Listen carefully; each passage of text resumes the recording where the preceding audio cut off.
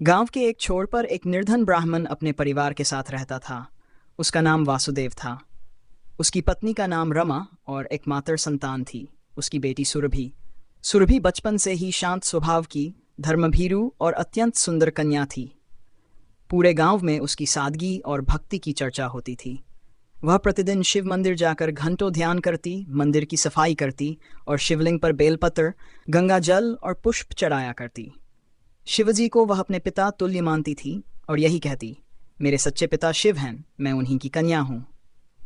एक दिन गांव में अचानक अफवाह फैली कि पास के जंगल में एक विषधर नाग प्रकट हुआ है। लोग कहते थे कि वह सर्प कोई सामान्य जीव नहीं, बल्कि किसी देवी के श्राप से अभिशप्त है। वह रात के समय गांव की सीमा के पास दिखाई देता और किसी को भी पास आने नहीं देता। धीरे धीरे लोगों ने उस क्षेत्र में जाना बंद कर दिया। गांव के पंडितों और तांत्रिकों ने बहुत उपाय किए, पर वह सर फटता नहीं था। उसी बीच वासुदेव के घर एक दिन एक स्वप्न आया।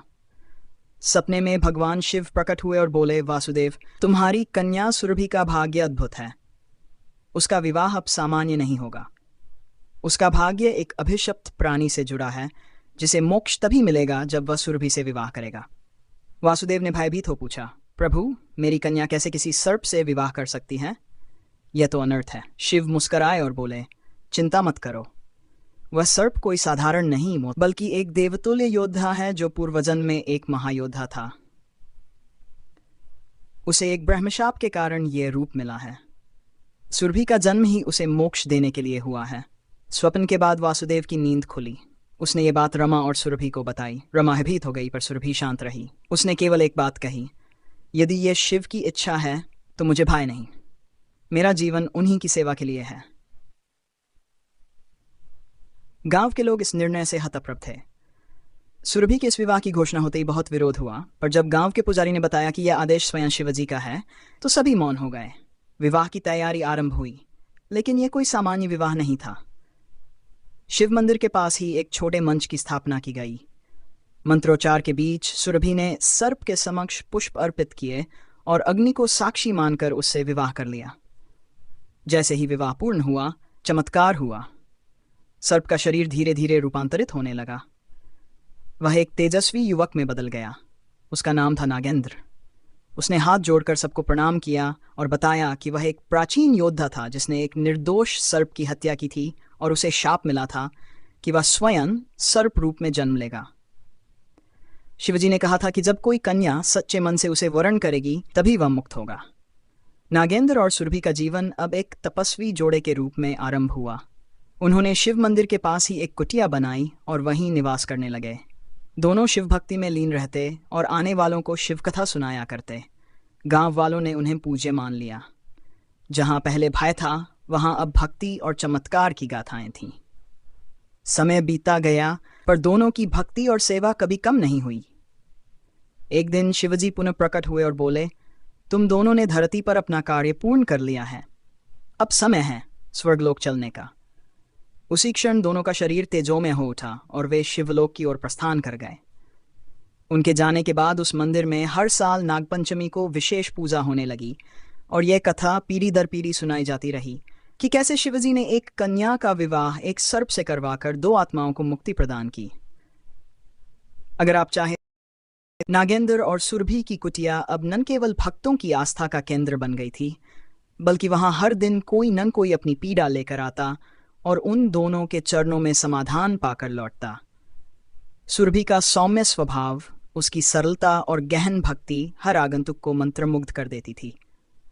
नागेंद्र अब सर्प नहीं रहा था, मगर उसके नेत्रों में आज भी वही गहराई थी जो किसी योगी के ध्यान में होती है। वे दोनों किसी से ऊंची आवाज में नहीं बोलते, न ही किसी पर क्रोध करते। बस हर किसी को यही उपदेश देते कि भगवान शिव की भक्ति में सच्चाई होनी चाहिए, छल कपट नहीं। एक दिन एक वृद्ध महिला अपने बीमार पोते को लेकर वहां पहुंची। बच्चा महीनों से बोल नहीं पा रहा था। कई वैद्य, तांत्रिक और डॉक्टरों ने जवाब दे दिया था। सुरभि ने बच्चे को एक दिन एक वृद्ध महिला अपने बीमार पोते को लेकर वहां पहुंची। बच्चा महीनों से बोल नहीं पा रहा था। कई वैद्य, तांत्रिक और डॉक्टरों ने जवाब दे दिया था। सुरभि ने बच्चे को अपने गोद में लिया और शिवलिंग के सामने बैठ गई। उसने शिवजी से प्रार्थना शुरू की, न आंखें खोली, न किसी से कुछ कहा, बस मौन होकर घंटों प्रार्थना करती रही। जब उसने आंखें खोली तो बच्चा आश्चर्य से बोला, माँ। उसकी दादी रो पड़ी। गांव में यह खबर आग की तरह फैल गई कि सुरभि की भक्ति से बच्चा बोल पड़ा। अब वहां नित्य दरबार जैसा माहौल रहने लगा। शाम को जब सब चले जाते, नागेंद्र और सुरभि जंगल की ओर चल देते। वहां वे एक प्राचीन वटवृक्ष के नीचे बैठकर ध्यान करते और कई बार आसमान की ओर देखकर मंद मंद मुस्कुराते। एक दिन सुरभि ने नागेंद्र से पूछा, क्या आपको कभी अपने पिछले जीवन की स्मृतियां सताती हैं? नागेंद्र कुछ पल शांत रहा, फिर बोला, जब मैं नाग था तब मैं केवल शरीर था, आत्मा नहीं। अब जब तुमने मुझे स्वीकारा तब से मैं सच में जीना सीख रहा हूं। मुझे अब कोई पीड़ा नहीं होती क्योंकि तुम हो। वहीं पास के गांव में एक राक्षसी का आतंक शुरू हो गया था। वह रात्रि में आकर बच्चों को उठाकर ले जाती। लोगों ने गांव छोड़ना शुरू कर दिया। एक दिन एक भयभीत पिता ने सुरभि से मदद की गुहार लगाई।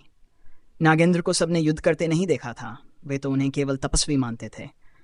मगर उस रात जब आकाश में बादलों की गड़गड़ाहट थी और राक्षसी गांव में उतरी, तब नागेंद्र ने अपनी तीसरी आंख खोली। वह आंख न शिव की थी न मानव की, वह ब्रह्म शक्ति थी। नागेंद्र ने शिव से वर पाया था कि जब कोई निर्दोष संकट में होगा तभी वह शक्ति प्रकट हो सकती है। उस रात वह राक्षसी राख बन गई। गांव वालों ने पहली बार जाना कि नागेंद्र केवल एक तपस्वी नहीं, शिव का वरदान है। धीरे धीरे उनकी सेवा और चमत्कारों की कहानियां दूसरे राज्यों में भी फैलने लगीं। राजा विक्रमादित्य तक यह खबर पहुंची। उन्होंने अपने मंत्री को भेजा कि वह जाकर इस जोड़े को राजमहल में लाने का अनुरोध करे ताकि उनके राज्य में स्थायी रूप से रहें और प्रजा का मार्गदर्शन करें। मगर जब मंत्री वहां पहुंचा तो सुरभि ने मुस्कुराकर कहा, हम जहां हैं वहीं हमारे शिव हैं, और जहां शिव है वहीं हमारा संसार है। मंत्री ने बहुत आग्रह किया पर दोनों नहीं माने। राजा ने तब स्वयं आने का निश्चय किया। राजा विक्रमादित्य जब वहां पहुंचे तो उन्हें एक क्षण के लिए भी लगा ही नहीं कि वे किसी सामान्य मनुष्य के दर्शन कर रहे हैं। उन्होंने झुककर दोनों के चरण स्पर्श किए और कहा, आज तक मैंने अनेक संत देखे पर ऐसा तेज, ऐसा प्रेम, ऐसी भक्ति मैंने कभी नहीं देखी। क्या आप मेरे राज्य की ओर से कुछ स्वीकार करेंगे? सुरभि ने कहा, केवल एक वचन दीजिए, अपने राज्य में कभी किसी कन्या को दुर्बल न समझा जाए। उसका निर्णय, उसका आत्मबल, उसकी श्रद्धा को सम्मान दिया जाए। राजा ने वचन दिया और शिव मंदिर के सामने एक स्तंभ बनवाया जिस पर लिखा गया, जहां भक्ति होती है वहां शिव स्वयं निवास करते हैं। समय बीता गया। एक दिन जब अमावस्या की रात थी, शिव मंदिर में घनघोर वर्षा हो रही थी। गांव के लोग छत के नीचे दुबके थे। तभी मंदिर के भीतर एक तेज रोशनी फैली। जो कोई बाहर था वह भीतर दौड़ा, मगर वहां कोई नहीं था, न सुरभि न नागेंद्र। केवल शिवलिंग के चारों ओर फूल बिछे हुए थे और दीपक जल रहा था। कुछ लोगों का कहना था कि शिव स्वयं आए और अपने दोनों भक्तों को अपने साथ ले गए, मगर किसी ने शोक नहीं किया क्योंकि सबका मन यही कहता था, वे कहीं गए नहीं, वे अब हमारे भीतर बस गए हैं। उनकी कथा आज भी वहां के मंदिर में बच्चों को सुनाई जाती है।